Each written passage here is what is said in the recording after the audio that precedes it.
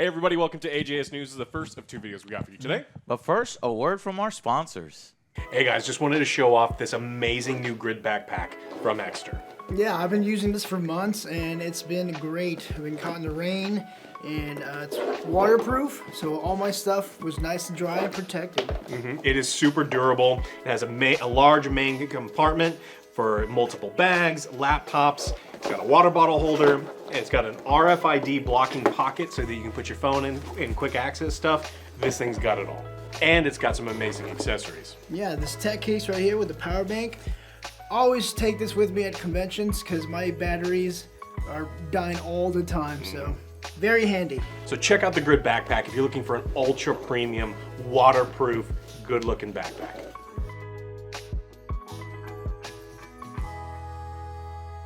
That's right, guys. This ultra premium backpack, this thing's going to last you a very long time, and it's 20% off with all of its accessories and stuff, so definitely check it out. Like that they're getting into new products. In AJS news, I am still working on getting through Starfield. I pretty much got all of it done. And, you know, the side quests, I got a few more to wrap up, and then we're on the march to the final bit. We've also got in a little bit of Mortal Kombat over the weekend, so we're good, almost good to go there as well. But I realize I am going on vacation. This thing snuck up on me. I planned it like a year ago, so I will be gone on Thursday and Friday. I'm not sure I can get out any reviews right before then because it takes forever to edit these things. But I think I'll be in a pretty good position to get them out when I come back, so on the following week. So thank you guys for your patience. I really need it, you know, so I'll be gone. I'll take a vacation Thursday and Friday, and I'll see you guys when I return. Okay, so what else has happened over the past week in gaming news? Payday 3 developer has announced that they are going to drop Denuvo days before launch. So, you know, a lot of gamers are really upset about DRM. Yeah. You know, according to Denuvo, no impact whatsoever on your It's games. not our fault. Yeah, and it's, you know, people have shown side by side. It's like, this is with it, this is without it. And it's like, see how it's chugging over there, and it's doing other things. So, ahead of its launch on September 21st, Starbreeze Studios has removed the anti-cheat and anti-tampering system, Denuvo, from the system. I think this is just, it's good for everybody here. I mean, unless you're Denuvo, but this kind of thing is just, I don't like it in my games. Yeah, they just remind me of this New Republic. So we need more proof. It's like, look, and we're showing you everything. It's like, nope, it's not us. Stop! Don't remind me of the New Republic. Great, this episode's tomorrow. We're going to get probably a Ahsoka episode of bureaucracy and, oh man, incompetent good guys. Yeah. All right. More bad news. Only because you brought that up. Helldivers 2 is delayed. Oh, that's a fun game. I like that one. This is one that I'm really looking forward to. Third-person tactical shooter Helldivers will release on February 8th of next year now. This is one that I don't know. There's friendly Didn't bother me. Doesn't bother me at all. Way too many games right now. I'm glad it's delayed. Was that a poke at me for the friendly fire? Yeah. Yeah, absolutely. What? As the person It is friendly fire. I don't know how I feel about that. Yeah. Hey, sometimes it's just, I like to spray and Sometimes pray. my head gets in the way of your bullets when you were shooting in the absolutely wrong direction. And It happens. Yeah. It's like, Just stay behind me. Don't worry. I got don't you. play Helldivers. Stay behind me. Yeah. Stay I behind get you. shot behind you sometimes too. It's like duck hunting with Dick Cheney. All right, so that one got delayed. We also got a bunch of information about Final Fantasy VII Rebirth. This game's apparently massive. What is Rebirth? Is Rebirth it supposed to be the sequel? This is Final Fantasy VII Remake Part 2. So this is the second in the mainline remake trilogy. So this is like Final Fantasy VII Part 2. Yeah, and they put everything into this trailer. And then there's going to be a Part 3. The casino? And then maybe a Part 4. Maybe they're going to try to cram it into 3 games, right? Because it was like 7 discs or something. So we'll see how many discs it takes this time. Yeah. So this one's supposed to be real long, 100 hours.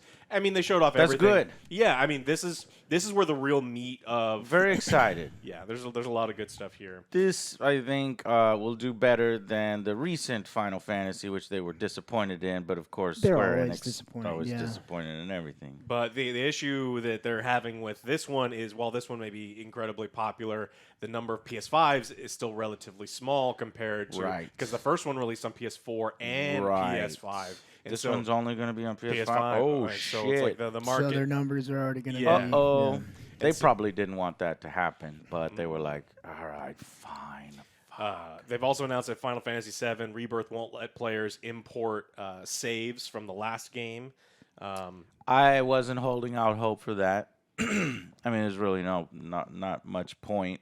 I mean, it's not the same game 20 years ago that we got, so. And then the other thing that they've kind of announced announced for them, Square Enix loses stock value. I mean, I think we're in the billions, 2 billion total. They've What? lost close to 2 billion Jesus. in value since its latest game shipped in June. What was the latest game? I don't remember. I That didn't was even know Final they were in the billions. Oh, Final Final Fantasy Fantasy. 16. That's right. Square Enix is massive, right? And they put out a lot of dog shit games. They put a lot of money in the Avengers basket and did absolutely nothing. We're talking, what was the Babylon's Fall? Final Fantasy 16. Everyone loved Bangers. Foreskin. Yeah. Forspoken. No one That's watched bad. Forsaken. That's bad. Was it Forsaken or Forspoken? Forspoken. Forspoken. And Final Fantasy 16, which is a good game, but again, not enough people are buying it because there's not enough people with PS5s, and so if they're not Yeah. appealing to the massive market, they're not doing well. And then there's a lot of talks about their long-winded development cycle, talking about teams not working with each other as efficiently as they could at other studios that are doing things a little bit better. So a lot of issues over at Square. Not good decisions happening, and they're paying for it. How much? That's their value, which is slightly different than losing, $2 billion still quite a bit, instantly, though. because your value can go back up if you get some successes. You We see don't know anything- when Rebirth is coming out. Probably next year, maybe. Let me tell So you. I think brighter times Well, are even ahead. then- But this needs to wake up call. This Yeah. needs, maybe they need to replace some leadership. Well, you even know? then, yeah, like I said, it's gonna be for PS5. Not a lot of people have it, so I don't want Square Enix to go anywhere, and they need to cut out do something Yeah. desperately. We do know that there was this tiny little line in their advertisement for Final Fantasy Rebirth that says not available on other formats at least until May 29th, 2024, which isn't super long after the release. And so maybe Square is looking at, it's like, hey, we can't do PS5. We can do PS5 exclusive launches for a short period of time, but we can't do the thing where we're waiting a year, 2 years, 3 years down the line because Yeah. they need to be making See, more it's money on something. coming on the older consoles, is what you're saying. It just is going to take more development time. I think What do that you mean on other formats? PC. PC. Oh, okay. Yeah. So, the PC is going to be because normally, like Final Fantasy VII, I don't first one- anticipate they get a lot of sales on PC anyway, but whatever. Yeah, they just need anything that they can get if they're losing that much. All right, and the big nasty story of the week is talk about Unity. Unity is an engine that people make video games in, and Yeah, we all use it. Even though we may not know it, you probably have played a video game with Unity, so it's pretty important. yeah, a lot of games, the bad ones, good ones, all sorts of ones, like mobile, like everything. They're all over the place.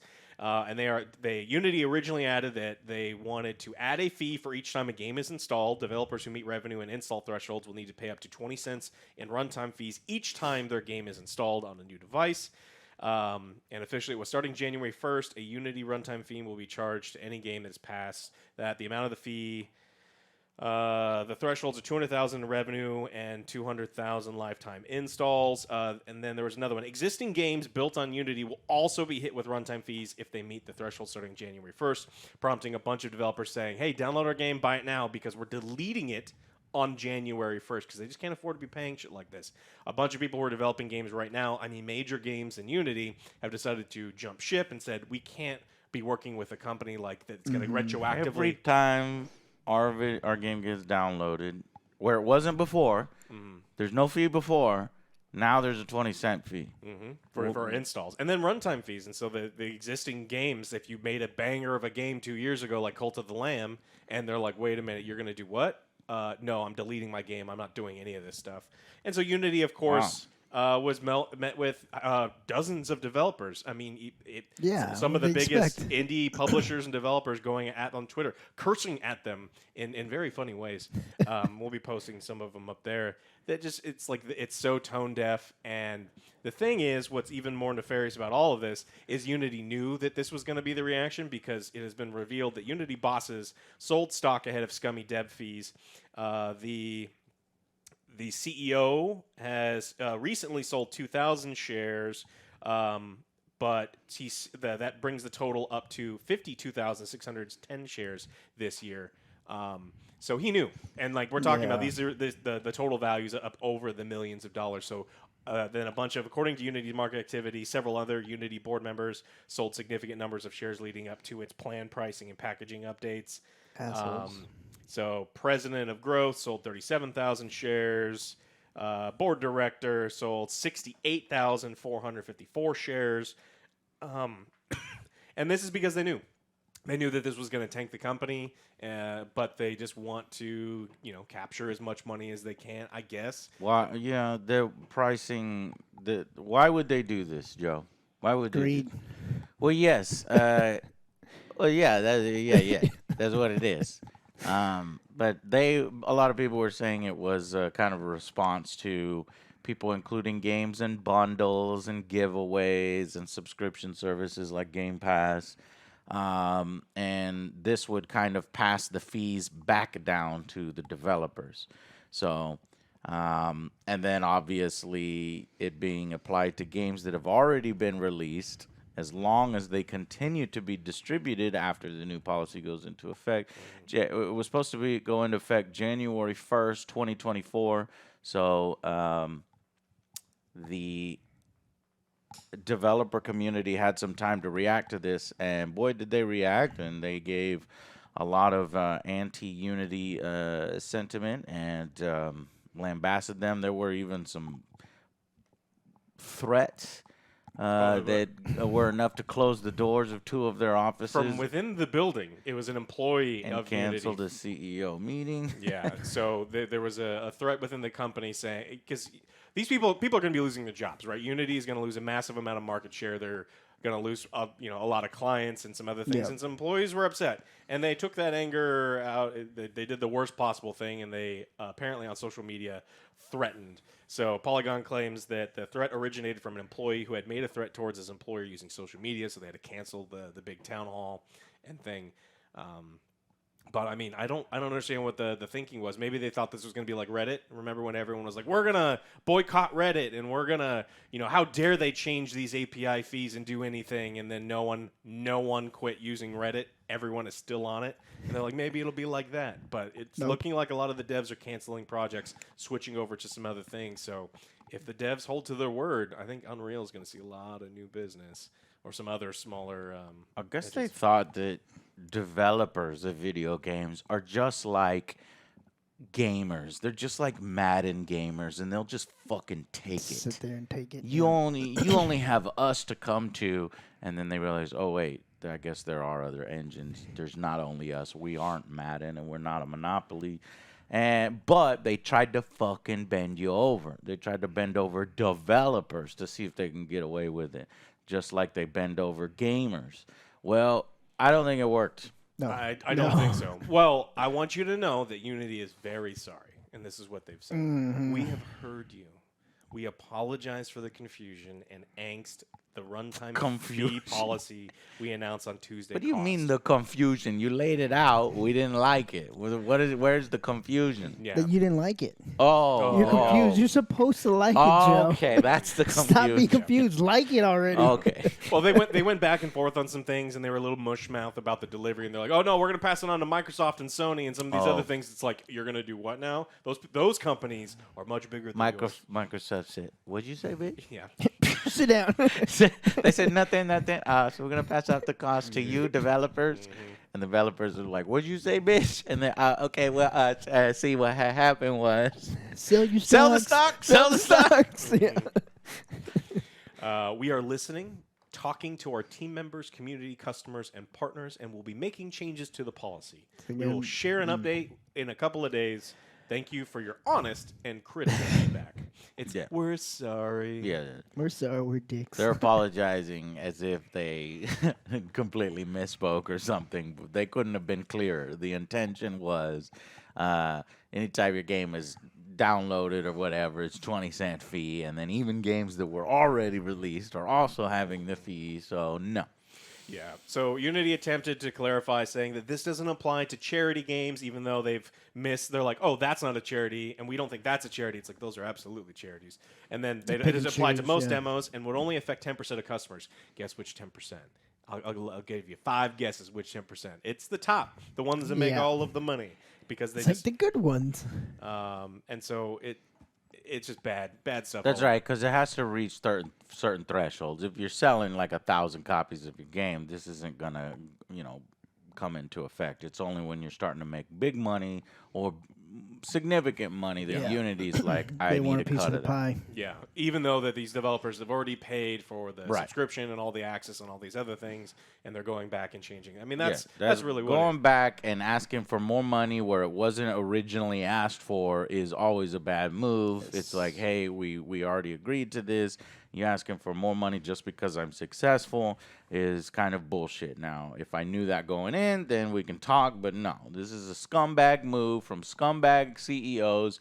Don't you understand that corporations, their whole fucking point is to make money? They don't fucking care about people, and they don't care about good shit. All they care about is money, and there has to be checks and balances on it, or they'll go wild like this. And luckily, there is a check and balance here where it's like, fuck you, Unity. I'm not going to use you anymore. And they're like, oh, shit, our numbers are dropping. Okay. Well, also, they cash the checks, and there is no balance. So, like, that's kind of how that worked. I mean, if they sold hundreds of thousands of, individual stocks of the company and made millions, that's just, it's super shitty. Everything about this is super shitty. I don't, if hopefully maybe they can investigate it if anything was improper as far as the shares. There is. But there that stuff that people were selling shares right before this announcement, that's like stinks of insider trading and shit. So I don't know. Well, I mean, nothing typically happens again. No, It's like they get slap on the wrist. Yeah. Not for that kind do of it crime. For that kind of crime, yeah, slap on the wrist. You steal a candy bar in 7-Eleven, you going to jail, motherfucker. Yep. That's how it is. It's a fucked up system, but you know what? I'm glad these motherfuckers got so much blowback from developers that they're like, we're sorry, we're going to. What did they say? We're going to consider this more before rolling it out. Yeah. Well, they're gonna update. They said they're gonna make change to the policy and share an update in a couple of days. So next week. We'll that better be a damn good change. I don't think they're going to be. They're going to charge more for the games that are making more. Yeah. They just got to try to find a way to do it. Yeah. I think they will probably cut the retroactive stuff. If I had to guess, just say that previous games already released. Because that's what's scaring away a lot of. That's why Cult of the Lamb. They said we're deleting the game January 1st, and I kind of, it's hard to wish. I'm not wishing hardship on them, but I want these developers to switch over to a different. But that's hard if you've been working on a game for 2-3 years using a single engine. So I don't know. It's complicated, but fuck Unity. That's dumb. This is dumb as fuck. Piece of should have been handled in a different way, and All right, you had 2 stories you wanted to bring up in this one. Oh yeah, so we got some bad news there. Let's talk about some good news, some upcoming games. We have some iconic mechs return as MechWarrior 5 Clans. This is a new game with the little trailer here. Invites you to be the bad guys. This is the clans. So that is basically Piranha Bytes. They got a new MechWarrior game coming in 2024. You don't need the other MechWarrior game. You can just go in for clans. and the iconic Mad Cat, and many people call it also a Timber Wolf, I think. So that's going to drop into the jungles. It seems like. And then the trailer, there's not much there. There's not even gameplay. I hate trailers like this. But they do reference that classic MechWarrior 2 box art with the Mad Cat on there and the flames. Do you really have it on your desk? Yeah, I've got the disc and then on my desk. That guy's. Well, I love mech games, and this is why I'm no way excited about this. And I don't trust this company whatsoever. Wasn't on your radar. I don't also give a do. shit. I'm like, Piranha Bytes can be good sometimes. They can be bad sometimes.